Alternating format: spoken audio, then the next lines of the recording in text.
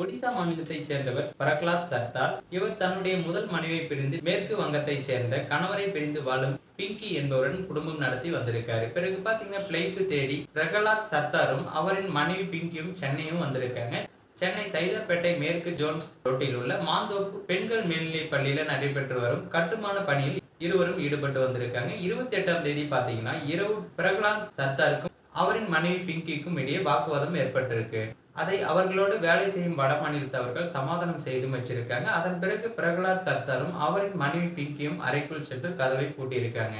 போதையில் இருந்த பிரகலாத் சர்தார் மனைவி பிங்கியின் நடத்தையில் சந்தேகப்பட்டு வாக்குவாதத்தில் ஈடுபட்டிருக்காங்க.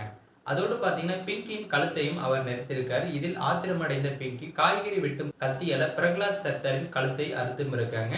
பிரகலாத்தின் அலறல் சத்தம் கேட்டு அந்த பகுதியில் இருந்தவர்கள் அங்கு வந்து பார்த்திருக்காங்க. அப்போது ரத்த வெள்ளத்துல உயிருக்கு போராடிய பிரகலாத்தை மீட்டு அருகில் உள்ள மருத்துவமனைக்கு அழைத்து சென்றிருக்காங்க. அப்போது போதையில் பிரகலாத் கீழே விழுந்து அவரது கழுத்தில் கத்தி குத்தி விட்டதாகவும் பிங்கி கூறியிருக்காங்க. அங்கு பாத்தீங்கன்னா பிரகலாத்துக்கு முதலுதவி அளிக்கப்பட்டதோடு அவர் போதையில் இருப்பதால மறுநாள் காலையில் வந்து தையல் போட்டுக் கொள்ளும்படி மருத்துவர்கள் கூறியிருக்காங்க.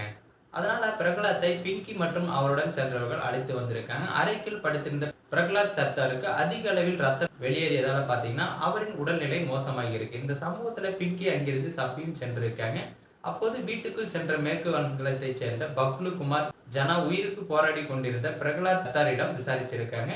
பேச முடியாத சூழலிலுமே பாத்தீங்கன்னா பிரகலாத் நான் போதையில் கீழே விழுந்ததில் கத்தி குத்தவில்லை, பிங்கி தான் என்னை கத்தியால குத்தினாங்கன்னு அவர் கூறிவிட்டு அவர் அந்த இடத்திலேயே மயங்கியும் இருக்காரு. இதை கேட்டு அதிர்ச்சி அடைந்த பப்ளு குமார் ஜனா உடனடியாக ஆம்புலன்ஸ் மூலம் அரசு மருத்துவமனைக்கு கொண்டு சென்றிருக்காங்க. பிரகலாத்தை அங்கு பரிசோதித்த மருத்துவர்கள் அவர் வரும் வழியிலேயே உயிரிழந்து விட்டதாக தகவலும் சொல்லியிருக்காங்க. இதையடுத்து குமரன் நகர் காவல் நிலையத்துக்கு தகவலும் தெரிவிக்கப்பட்டிருக்கு. கொலை பிரகலாத்தின் சடலத்தை கைப்பற்றிய போலீசார் கொலை வழக்கு பதிவு செய்து விசாரித்து வராங்க. இந்த சம்பவம் தொடர்பாக பப்ளு குமார் ஜனா குமரன் நகர் காவல் நிலையத்துல புகார் அளித்ததோடு பிங்கி குறித்த தகவலையும் கூறியிருக்காங்க. இதையடுத்து கணவரை கொலை செய்த குற்றத்துக்காக மேற்கு வங்காள மாநிலம் பிங்கியை போலீசார் கைது செஞ்சிருக்காங்க.